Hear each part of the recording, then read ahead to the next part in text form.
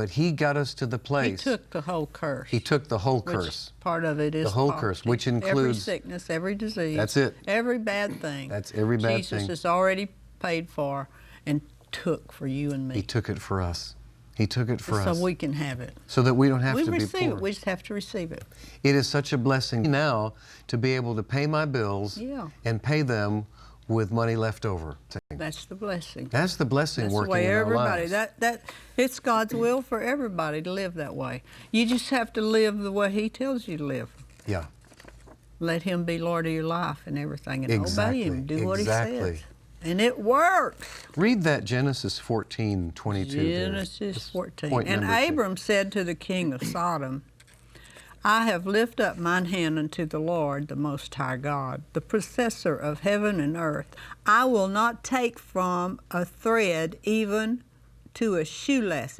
In other words, I'll not take a thing from you. The Lord's made me rich. Yep. I will not take anything that is yours. Yep. Lest you should say, I have made Abram rich. He was looking to him. That's right. And he wasn't looking to him. That was key. He wasn't. He wasn't looking Praise to him. God. Deuteronomy 8:18.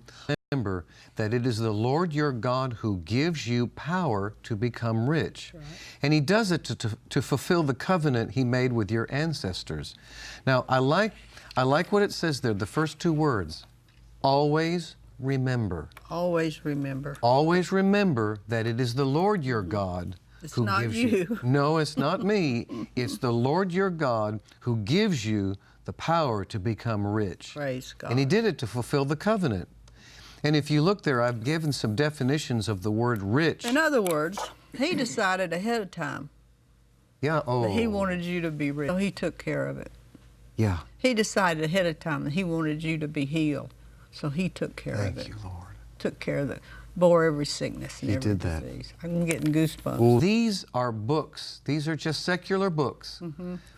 Titles like The Guide to Becoming Rich, Start Late, Finish Rich, Dare to be Rich. Those are great titles. And I like this one, Smart. Is that a book? That's a book. But it reminded me, I put this note here, you just have to look at Proverbs 31:10. That was a prosperous woman. She was a woman. That's right. So the key to biblical wealth is how it is handled. Money is not bad, but it depends on who has it and what they do. Money is the root of all evil. Well, if who has the money is evil, it's the root of all evil. Because they can do all the evil they want to do. Now this is the ungodly. This is the wicked. It says in verse 7, the instruments and methods of the fraudulent and greedy for gain are evil.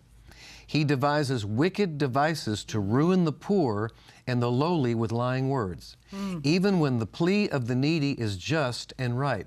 Now that is, and there are scriptures, I mean, there's a whole, Isaiah 32 and other scriptures talk about the ungodly and the wicked rich. Now that's the wicked rich. But here's verse 8, this is the godly rich. Okay. But the noble, open-hearted and liberal man devises noble things. He stands for what is noble, open-hearted, and generous. God. You can trust Him with wealth. You can trust Him with wealth. And so worldly wealth is about self. Godly wealth is about serving God and others. The world's motivation for accumulation is acquisition. The believer's motivation for accumulation is distribution. That's good, isn't it? The worldly rich use people to get things. The godly rich use things to love people. Good job. So we see the difference there. That came out of my book. And that, it did. No, I was bragging on myself. This last quote here, Gloria, and this came from a series that I've listened to. You taught it